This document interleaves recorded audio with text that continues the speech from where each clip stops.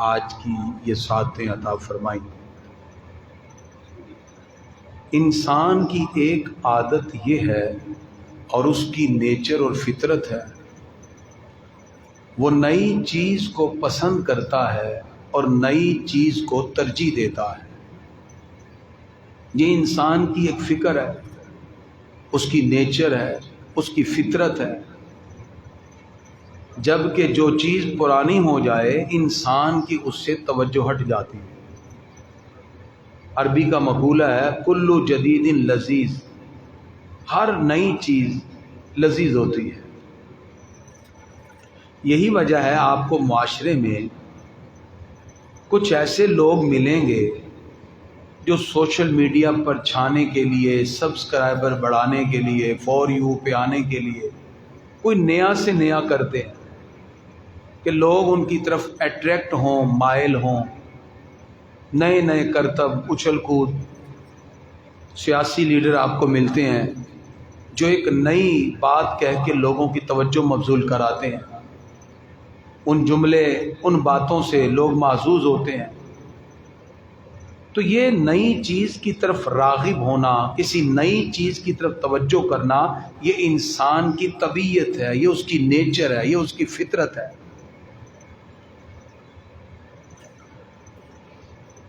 لیکن مختلف چیزوں کے اندر ایک یونیکنیس لانا، ایک یونیک بات کرنا انسان کے لیے چلتا ہے۔ لیکن دین اسلام جو ہمیں اللہ اس کے رسول کی طرف سے عطا کردہ فائنل دین ہے، جس کی تکمیل ہو چکی ہے، اسلام is the complete conduct and code of life. اتمام نعمتیں ہو چکی ہیں، دین مکمل ہو چکا ہے۔ اس میں اگر کوئی بندہ ایک نئی بات کرے کہ لوگ اس کی طرف راغب ہوں، اپنے فالوورز بڑھانے کے لیے لوگوں کی مینٹیلٹی کے مطابق اور ان کی سوچ اور ان کی خواہش کے مطابق بات کرے، تو سمجھ جائیے جس نے دین میں کھلواڑ کیا، دین میں ایک نئی طرح ڈالی، وہ بندہ گمراہ ہے، جو اپنے گمراہی کے دائرے میں لوگوں کو لانا چاہتا ہے۔ جیسے آج کی نوجوان نسل، بلکہ تقریباً لوگ چاہتے ہیں کہ دین میں سہل پسندی آئے، اور کچھ وہ چیزیں جن کا تعلق مسلمانوں کے معمولات میں سے ہے ان کو کرٹیسائز کرنا۔ آج سوشل میڈیا پہ اس طرح کے لوگ ہیں کہ جو مذہبی طور پر لوگوں کو گمراہ کرنے کے لیے قرآن و سنت پڑھتے ہیں اور لوگ کو گمراہ کرتے ہیں۔ ہاتھ میں ان کے بھی قرآن ہے، حدیث ہے، لیکن قرآن اور حدیث کی وہ تفسیر کرتے ہیں، وہ تعبیر بیان کرتے ہیں جو 1400 سال میں کسی نے بیان نہیں کی، اور وہ فخر سے کہتے ہیں کہ یہ معنی 1400 سال میں یہ میں ہی بیان کر رہا ہوں۔ تو اس بندے کی گمراہی کی یہی دلیل ہے کہ 1400 سال میں جو بات کسی محدث، مفکر، مفسر نے نہیں کی، یہ تنے تنہا کر رہا ہے، اس کا مطلب اس نے اسلام میں ایک نئی طرح ڈالی ہے۔ اس لیے ایک تو ہمیں ہر نئی چیز کی طرف مائل نہیں ہونا چاہیے۔ جو سمجھدار لوگ ہوتے ہیں، جو دانا ہیں، وہ ہر نئی چیز کی طرف مائل نہیں ہوتے، بلکہ دیکھتے ہیں فائدہ کس میں ہے۔ اگر نئی چیز نقصان دہ ہو، پرانی فائدہ مند ہو، تو عقل مند کبھی بھی نئی چیز کو اختیار نہیں کرے گا۔ آج اسلامی روایات اور اسلامی تہذیب کو پرانا قرار دے دیا گیا۔ میڈیا پہ بیٹھ کر اپنے آپ کو دانشور کہنے والے، اپنے آپ کو سمجھدار کہنے والے، وہ اسلامی تہذیب کے مقابلے میں مغربی تہذیب کو فوقیت دیتے ہیں۔ تہذیب کیا ہے؟ علامہ اقبال کو آپ نے شاعری میں پڑھا، آج میں آپ کو نثر سناتا ہوں۔ اقبال کی نثر کیا ہے؟ علامہ اقبال کہتے ہیں ہر قوم و ملت کی زندگی کا وہ ظاہری نقشہ، حیت یا خد و خال، جو اسے دوسری قوم سے ممتاز کر دے، اسے اس قوم کی تہذیب کہتے ہیں۔ یعنی ہم جب کسی کا ایک ظاہری وضاحت دیکھتے ہیں اس سے ہمیں اندازہ ہوتا ہے اس کا کس مذہب سے تعلق ہے. ہم مسلمان ہیں، ہماری سوچ، ہماری فکر، ہمارے عقائد، ہمارے نظریات، ہمارے بیلیف اور ہماری پریکٹسز جتنی بھی ہیں یہ سب اسلامی تعلیمات کے مطابق ہے، تو ہم ایک مسلمان شمار کیے جاتے ہیں. لہذا آج کی گفتگو میں سب سے پہلی بات جو آپ کو میں نے یہ سمجھائی کہ اسلام اگرچہ 1400 سال پرانا ہے لیکن ہر دور کی ضرورت کو پورا کرنے کے لیے اللہ تعالیٰ نے اس دین میں صلاحیت کو رکھا ہے. یہ اس دین کی فلیکسیبلٹی ہے. جو دین پر پہلے سے عمل کرتے آ رہے ہیں ان کو فرسودہ نہ کہیں. اصل دین کی اقدار یہی ہیں جن میں بزرگوں کا ادب، صحابہ کا ادب، اہل بیت کا ادب، قرآن کا ادب، اللہ اس کے رسول کا ادب، ہر چیز کا ادب شامل تھا. آپ کچھ عرصہ پہلے دیکھیں قرآن پاک کا غلاف بھی زمین پہ نہیں رکھنے دیتے تھے. اذانیں ہوتی تھیں ہم ٹی وی بند کر دیتے تھے. ادب تھا. قرآن مجید کو ہم وضو کر کے پکڑتے تھے. جیسے جیسے ہم ماڈرن لائف کی طرف جا رہے ہیں نہ قرآن کا ادب، نہ اذان کا ادب، نہ قرآن کے معمولات کا ادب، آہستہ آہستہ وہ ادب ختم ہوتے گئے. حضرت خواجہ محمد قمر الدین سیالوی علیہ رحمان جن کا جمعیت علماء پاکستان میں بڑا کردار ہے اور قیام پاکستان کی تحریک میں بڑا کردار ہے، تحریک پاکستان میں شامل تھے آستانہ عالیہ سیال شریف. ان سے کسی بندے نے کہا کہ اسلام کا 1400 سالہ پرانا نظام جدید دور کی ضرورت پوری نہیں کر سکتا. اس نے کہا جدید دور ہے، جدید نظام لائیں. اسلام کا پرانا نظام جدید دور کی ضروریات پوری نہیں کر سکتا. آپ کا خوبصورت جواب سنیے. فرمایا نظام شریعت کا پرانا ہونا، شریعت کے نظام کا قدیم ہونا، پرانا ہونا اس کی تر و تازگی سے رکاوٹ نہیں ہے. اور میں اسلام اگرچہ 1400 سال پہلے کا ہے، پرانا ہے، لیکن اس کی تر و تازگی آج بھی برقرار ہے اور قیامت تک باقی رہے اور برقرار رہے. یہ تر و تازہ ہے. ہم روز صبح اٹھ کے نماز پڑھتے ہیں، ہمیں ایک نئی لذت کا ادراک ہوتا ہے. ہم ہر جمعے آتے ہیں، ہمیں ایک نئی لذت کا ادراک ہوتا ہے، ایک نئی بات سننے کو ملتی ہے. اس کی تر و تازگی کم نہیں ہوئی. حضرت خواجہ صاحب فرماتے ہیں کہ سورج بھی تو اس سے بہت پرانا ہے، لیکن پرانا ہونے کے باوجود قیامت تک سورج ہی روشنی دے گا. جیسے ہر روز پوری آب و تاب کے ساتھ سورج چمکتا ہوا نکلتا ہے، 1400 سال پرانا ہونے کے باوجود اسلامی نظام ہی قیامت تک کے لیے مسلمانوں کی اور سب کی رہنمائی بھی کرے گا اور پوری شان و شوکت کے ساتھ یہ چمکتا رہے گا. پر میں سورج تو اس سے بھی پرانا ہے. اگر اس کی تابانیاں کم نہ ہوئیں تو اسلام کی بھی تر و تازگی اور تابانیوں میں کبھی کمی نہیں ہوگی.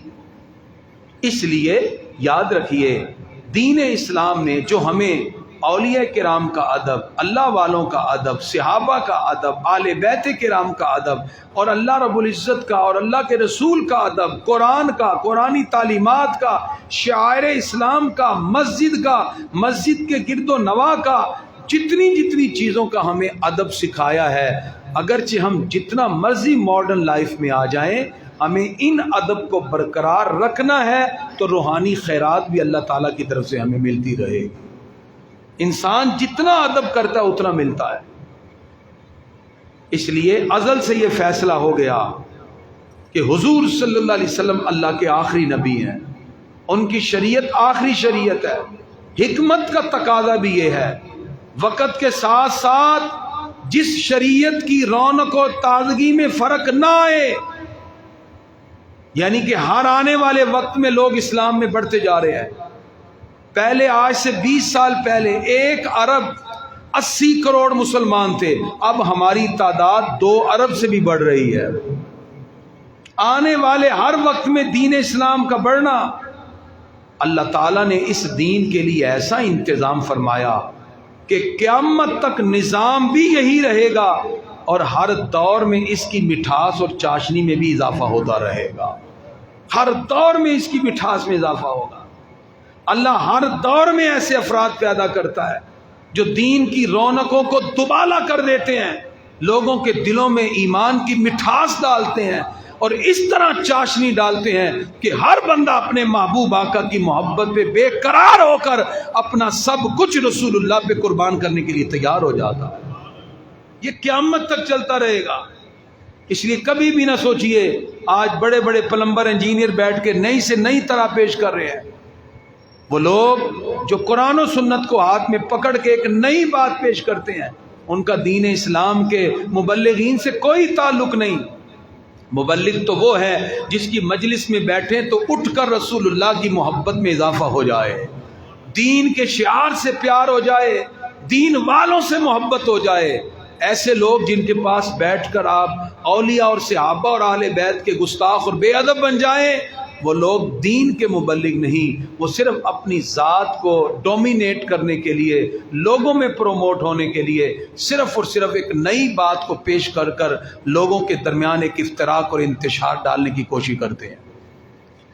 گرامی کے حضرات، اسی لیے اللہ تعالیٰ نے قرآن مجید فرقان حمید کے اندر یہ بات واضح کی۔ سورہ مائدہ، پروردگار نے ارشاد فرمایا وَأَنزَلْنَا إِلَيْكَ الْكِتَابَ بِالْحَقِّ، پیارے محبوب صلی اللہ علیہ وسلم، ہم نے آپ کے پاس جو کتاب نازل کی ہے وہ حق کے ساتھ آئی ہے۔ وہ کتاب کون سی ہے جی؟ قرآن۔ قرآن اللہ فرماتا ہے سچا ہے، مصدقا لما بین یدیہ من الکتاب، یہ وہ کتاب ہے، یہ قرآن وہ ہے جو پہلے کتابوں کی بھی تصدیق کرنے والا ہے، ومہیمنا علیہ، ان پر نگران ہے۔